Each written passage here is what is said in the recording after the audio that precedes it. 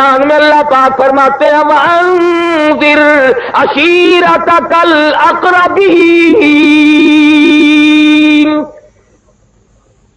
اپنوں کو ڈرا، یا ایھا المدثر قم فانذر، اٹھو ڈراؤ اپنی قوم کو۔ نبی کریم صلی اللہ علیہ وسلم نے 13 سال مار کھائی اس قرآن اور دین اور ایمان اور اسلام کے لیے۔ خود ارشاد فرمایا جتنا اللہ کی راہ میں مجھے ستایا گیا اتنا کسی کو نہیں، ایک وقت بھی ایسا نہیں پیٹ بھر کے کھانا کھایا ہو۔ شعب ابی طالب مکہ مکرمہ کے اندر ایک پہاڑ کے درے میں سرکار دو عالم صلی اللہ علیہ وسلم کو صحابہ کرام کو قید کر دیا مکے والوں نے۔ وہ دودھ پیتے ہیں، وہ مکھن کھاتے ہیں، سبزیاں ترکاریاں کھاتے ہیں، اور محمد صلی اللہ علیہ وسلم کو، آپ کی آل کو، صحابہ کرام کو درختوں کے پتے نہیں ملتے۔ میں ذمہ داری سے کہتا ہوں میرے تیرے نبی نے 15 دن درختوں کے پتے چبا کر خدا کا قرآن پڑھا، آج تم ہزاروں نعمتیں کھا کر قرآن نہیں پڑھتے۔ شہنشاہ کائنات صلی اللہ علیہ وسلم نے ایک ایک وقت میں 2 پتھر اپنے پیٹ پہ باندھ کر خدا کا قرآن پڑھا، آج لوگ مکھن کھا کر قرآن نہیں پڑھتے۔ نعرہ تکبیر۔ زندگی کے لمحات کس دکھوں میں، کن پریشانیوں میں رات گزرتی ہے، دن بیت جاتا ہے، صبح و شام گزر رہی ہے، سارا جہان سوتا ہے، شہنشاہ کائنات مصلی پہ کھڑے ہو کر ساری رات روتے ہیں۔ آج امت کو یاد نہیں، انہوں نے تو تجھے عرش عظیم پہ بیٹھ کے نہ بلایا۔ کس کی سفر کا ذکر کروں؟ مہینہ بھی رجب کا ہے، معراج شریف کا مہینہ ہے۔ آپ کی زندگی کے نرالے 2 سفر، ایک معراج شریف اور ایک ہجرت مبارک۔ کمال ہو گیا، معراج کے لیے جبریل آیا، معراج کے لیے جبریل آیا اور اطلاع دی کہ اللہ پاک نے آپ کو بلایا ہے، اور ہجرت کے لیے رسول اکرم صلی اللہ علیہ وسلم صدیق کے دروازے پہ خود تشریف لائے۔ جبریل براق ساتھ لایا سواری کے لیے، ہجرت والی رات میں صدیق نے کہا میری موجودگی میں کیسے براق، میں خود سواری بنوں گا۔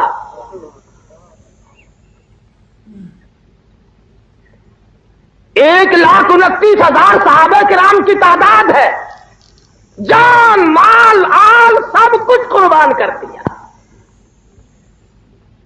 اگر ہم صرف کلمے والی زندگی بنا لیں اور سچے معنوں میں مسلمان بن جائیں، میرا تو یہ ایمان ہے کہ اگر ہم پاکستانی لوگ مسلمان بن جائیں، ہمارے اخلاق کردار کو دیکھ کر روئے زمین پہ ایک بھی کافر باقی نہیں رہے گا۔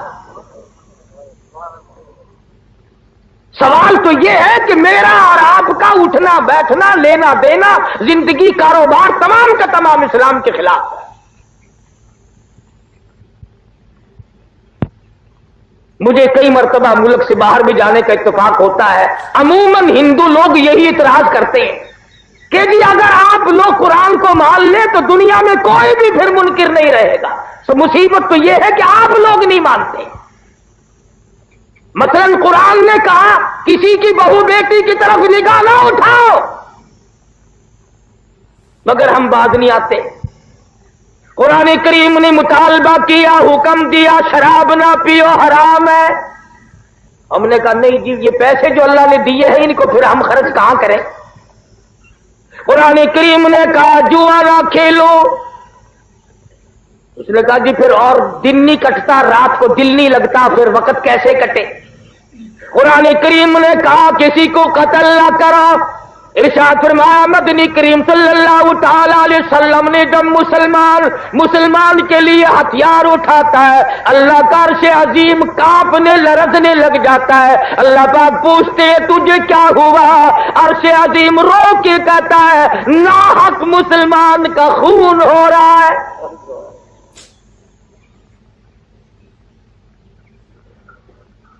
قرآن کریم کے جتنے مطالبے ہیں ہم کب پورا کرتے ہیں؟ اور پھر کمال یہ ہے کہ میں اور آپ تمام کے تمام ہر آدمی کہتا کہ جی جنت میری اور میرے باپ کی جنت ہمیں الاٹ ہے اور کوئی جائے نہ جائے ہم تو جائیں گے ہی. اگر دوستو اتنا سستا سودا ہوتا بلال حبشی کا چمڑا نہ ادھیڑا جاتا. اگر جنت اتنی سستی ہوتی زلیلہ کی آنکھیں نہ نکالی جاتی. اگر جنت اتنی سستی ہوتی لبینا کا چمڑا مکے کی گلیوں میں نہ ادھیڑا جاتا. اسی کو قرآن کریم کہتا فالذین ہاجروا واخرجوا من دیارہم واوذوا فی سبیلی.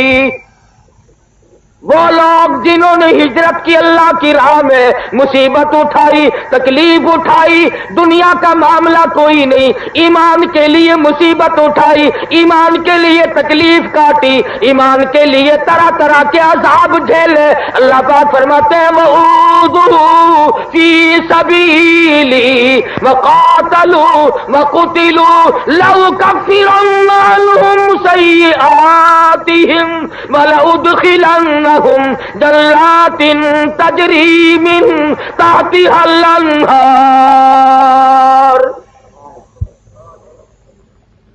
مزہ تو تب ہے نا ادھر آدمی مر رہا ہو ادھر جنت کا فرشتہ یہ کہے آ جا تیرا بڑی دیر سے انتظار ہو رہا ہے. مگر یہ بات دولت سے نہیں بنتی مربوں سے نہیں بنتی اونچی کرسی مل جائے اس سے نہیں بنتی. اعمال کی بات ہے ساری. اعمال اچھے کرتا ہے آدمی تو بات بنے گی ورنہ نہیں.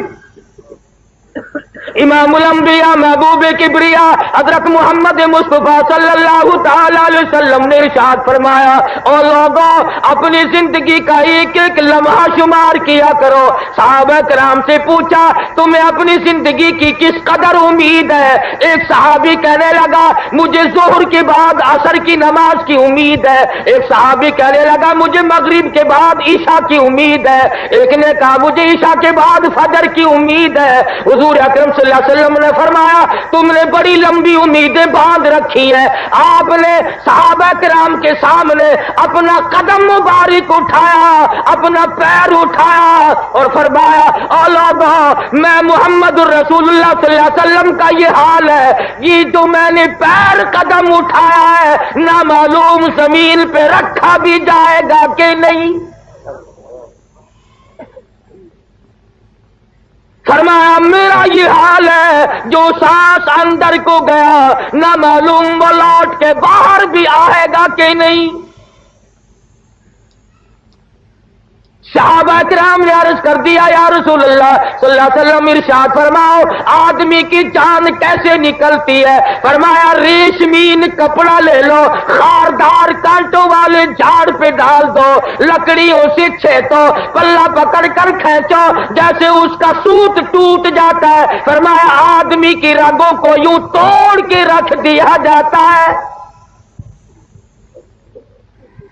فرمایا مکھی بیٹھ جائے پہاڑ معلوم ہوتا ہے. سارا نظام زندگی یوں فنا ہوتا چلا جاتا ہے. اور آپ لوگوں کے علم میں نہیں اسی گزشتہ ہفتے کے دن لاہور میں ایک مکان سے 7 جنازے اٹھ گئے. دیکھنے والے بہت بے ہوش ہو گئے. ایک گھر کو جنگڑا لگ گیا. دیکھیے اس بے نیاز کی بے نیازی. اس کے سامنے نہ پلوانی چلتی ہے نہ کرسی چلتی ہے نہ نوکری چلتی ہے نہ مربع چلتا ہے نہ کوٹھی نہ بنگلہ. اس کے یہاں تو اپنی مرضی چلتی ہے. سب اس کے محتاج ہیں. وہ تشریف لے جا رہے ہیں راستے میں جاتے جاتے قبرستان آ گیا، وہاں کھڑے ہو گئے اور رونے لگے اور زور زور سے فرمانے لگے، قبر والو اموالکم قسمت،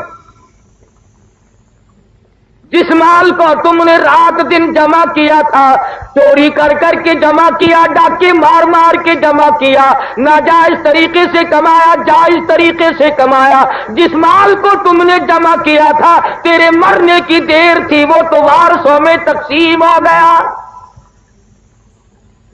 مقدمے چل پڑے، جھگڑے ہو گئے۔ حضرت علی رضی اللہ تعالیٰ عنہ فرماتے ہیں، لوگوں نساؤکم زبدت، جس بیگم جس عورت کے پیچھے جان دیا کرتا تھا، جو ہر وقت تجھے کہتی تھی میں تیری ہوں میں تیری ہوں، تیرے مرنے کی دیر تھی، اس نے اور جگہ شادی کر لی، اب کسی اور کو کہہ رہی ہے میں تیری ہوں میں تیری ہوں، مال تیرا نہیں رہا، بیوی تیری نہیں رہی، اور فرمایا اولاد تیری در بدر دھکے کھا رہی ہے۔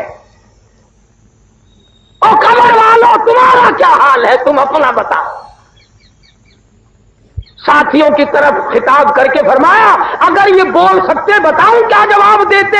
یہ جواب دیتے کہ اے علی، ہم نے چخ ماری، ہم نے تکلیف کی، ہم نے خدا کے قرآن کو نہ مانا، آج جو ہمارا حال ہے وہ خدا کسی کا بھی نہ کرے۔ جس جیل میں تم ہو یہ تو آدمیوں کی جیل ہے، خدا کی جیل کا پتہ نہیں ابھی۔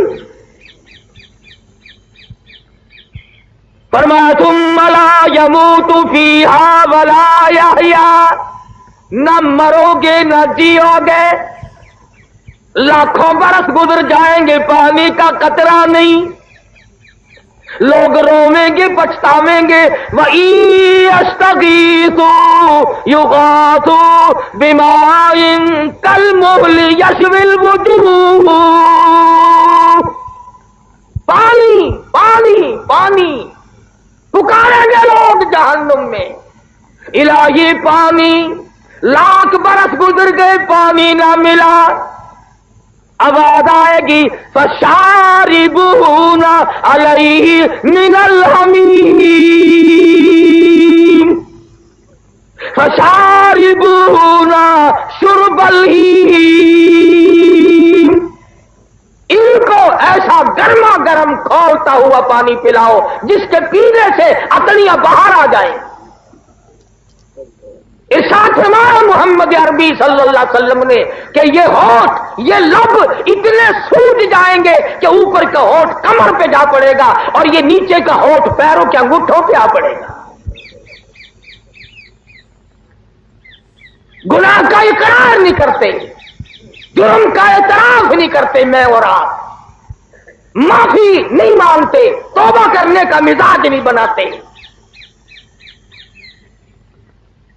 مولانا اشرف علی تھانوی رحمت اللہ علیہ نے ایک بات لکھی ایک جگہ پر کہ ایک جگہ ایک آدمی قتل ہو گیا، لیکن گورنمنٹ نے، پولیس نے جب تفتیش کی تو قاتل تو باہر پھر رہا تھا اور بغیر گناہ کے جو تھے وہ اندر چلے گئے۔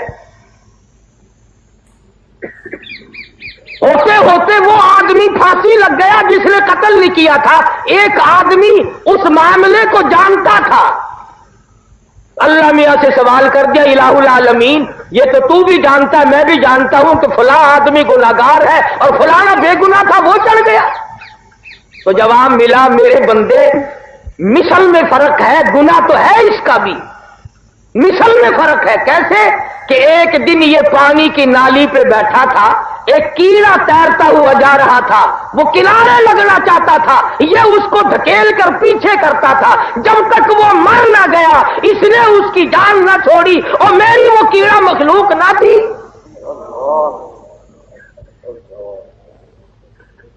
میں نے اس کا انتقام لیا ہے۔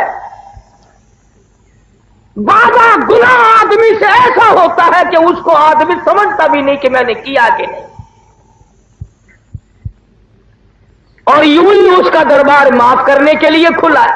حدیث پاک میں آتا ہے کہ بنی اسرائیل کی ایک طائفہ بدکار عورت گزر رہی ہے، ایک کتا پیاسا کنویں کے پاس کھڑا ہوا ہے، ہانپ رہا ہے، کانپ رہا ہے، ترس آ گیا، دوپٹے کی رسی بنائی اور جوتے کا ڈول بنایا، پانی کنویں میں سے نکال کر پلا دیا، آواز آئی، اے تو بدکارا، اے تو فاحشہ، تو نے میرے کتے پہ کرم کیا، جا میں نے تجھ پر رحم کر دیا۔ نعرہ تکبیر۔ اس میں آتا ہے کہ اللہ پاک کے حضور میں ایک آدمی پیش ہوگا، اللہ پاک فرمائیں گے کہ تو نے گلی سے روڑا اس لیے ہٹایا تھا کہ اندھیرے میں کسی کو ٹھوکر نہ لگ جائے، تو نے میرے بندوں کو تکلیف سے بچایا، جا میں نے تجھے عذاب قیامت سے بچا دیا۔ اور کبھی یوں ہوگا، ارشاد فرمایا مدنی کریم صلی اللہ تعالی علیہ وسلم نے ایک آدمی پیش ہوگا، آواز آئے گی، جا تو نے میرے فلاں بندے کے عیب کھولے تھے، آج میں نے تیرے عیبوں کا دفتر کھول دیا۔